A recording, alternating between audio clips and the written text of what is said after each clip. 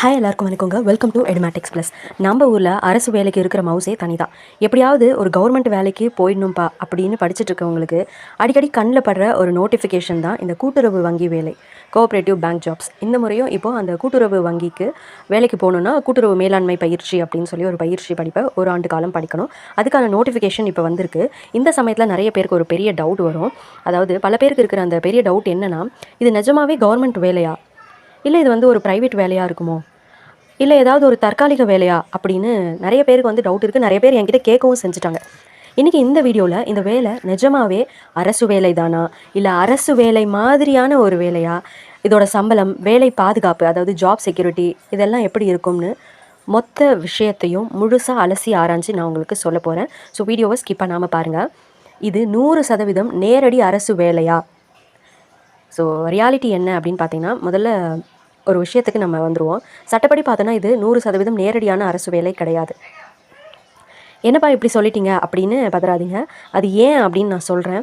நம்ம டிஎன்பிஎஸ்சி மூலமாக எடுக்கிற குரூப் 4, குரூப் 2 வேலைகள் எல்லாமே நேரடி அரசு வேலைகள். இந்த குரூப் 2 போஸ்டிங்கில் சில கோஆப்ரேட்டிவ் ரிலேட்டடான போஸ்டிங் வரும். அதுக்கு இந்த டிசிஎம், ஹெச்டிசிஎம் பண்ணியிருக்கணும் அப்படின்னு சொல்லியிருப்பாங்க. அதெல்லாம் நேரடியான அரசு வேலை தான். ஆனால் இங்கே ஒரு சிலது நேரடியான அரசு வேலையாக வராது. அது எது அப்படிங்கிறது நம்ம தொடர்ந்து பார்க்கலாம். இப்போ நம்ம குரூப் 4, குரூப் 2 எடுத்துக்கிட்டோன்னா அவங்களோட சம்பளம் அரசாங்கத்தோடைய கருவூலத்திலேருந்து வரும், ட்ரெஷரியிலேருந்து வருமா. ஆனால் இந்த கூட்டுறவு வங்கிகளில் உதாரணமாக சொன்னால், இப்போ மாவட்ட மத்திய கூட்டுறவு வங்கிலாம் இருக்குது இல்லைங்களா, நகர கூட்டுறவு வங்கி, இது எல்லாமே கூட்டுறவு சங்கங்களுடைய சட்டத்துக்கு கீழே இயங்குகிற தன்னாட்சி பெற்ற ஒரு பொதுத்துறை நிறுவனங்கள் மாதிரி. இவங்களுடைய ஆட்சேர்ப்பு, அதாவது இவங்களோட ரெக்ரூட்மெண்ட் எப்படின்னா, டிஆர்பி, டிஸ்ட்ரிக்ட் ரெக்ரூட்மெண்ட் பியூரோ மூலமாக நடக்கும். டிஆர்பி எக்ஸாம், எஸ்ஆர்பி எக்ஸாம்லாம் எழுதுகிறோம் அப்படின்னு சொல்கிறாங்க இல்லைங்களா. ஸோ அது மூலமாக அவங்க போஸ்டிங்க்கு போனால் அது டேரெக்டான அரசு வேலை கிடையாது.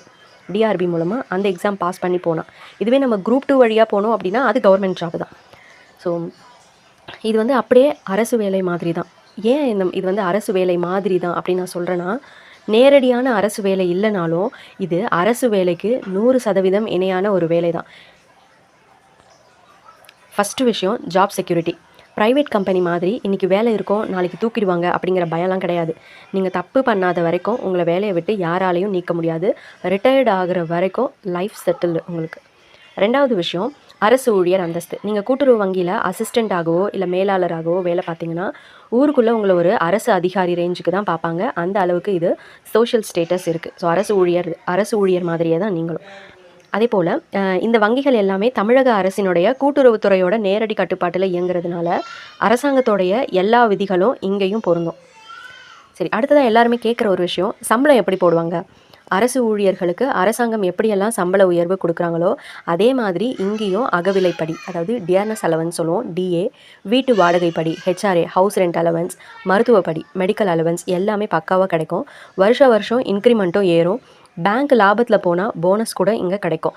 அது மட்டும் இல்லாமல் அரசு ஊழியர்களுக்கு இருக்கிற அதே லீவு, மெடிக்கல் லீவு, பெண்களுக்கு மகப்பேறு விடுப்பு, மெட்டர்னிட்டி லீவு எல்லாமே இங்கே அப்ளிகபிள் ஆகும். அடுத்ததான் நம்ம ப்ரொமோஷன் அப்புறம் வேலை நேரம் என்னென்னு பார்க்கலாம். ப்ரைவேட் பேங்க் மாதிரி இங்கே டார்கெட் ப்ரெஷரு இருக்குமா அப்படின்னு கேட்டால் ரொம்ப கம்மி தான். நிம்மதியாக வேலை பார்க்கலாம். அதே மாதிரி நீங்கள் அசிஸ்டண்ட்டாக உள்ளே போனால் கூட அடுத்த சில வருடங்களில் டிபார்ட்மெண்டல் எக்ஸாம் எழுதி அசிஸ்டண்ட் மேலாளர் அப்படின்னு அடுத்தடுத்த உயர் பதவிகளுக்கு ரொம்பவே வேகமாக ப்ரொமோஷன் வாங்கிடலாம். சரி, ஓகே. ஸோ ஃபைனலாக இந்த கன்க்ளூஷன் என்ன அப்படின்னு பார்த்தீங்கன்னா, இது அரசு கருவூலத்திலிருந்து சம்பளம் வர நேரடி அரசு வேலை இல்லை அப்படின்னாலும் அரசு வேலை தரக்கூடிய அதே நிம்மதி, அதே சம்பளம், அதே வேலை பாதுகாப்பு, அதே சலுகைகளை தரக்கூடிய ஒரு சூப்பரான ஜாப் தான். ஜாப் செக்யூரிட்டி உண்டு, பெர்மனெண்ட்டான ஜாபு, ரிட்டையர்மெண்ட் வரைக்கும் நீங்கள் வேலை பார்க்கலாம்.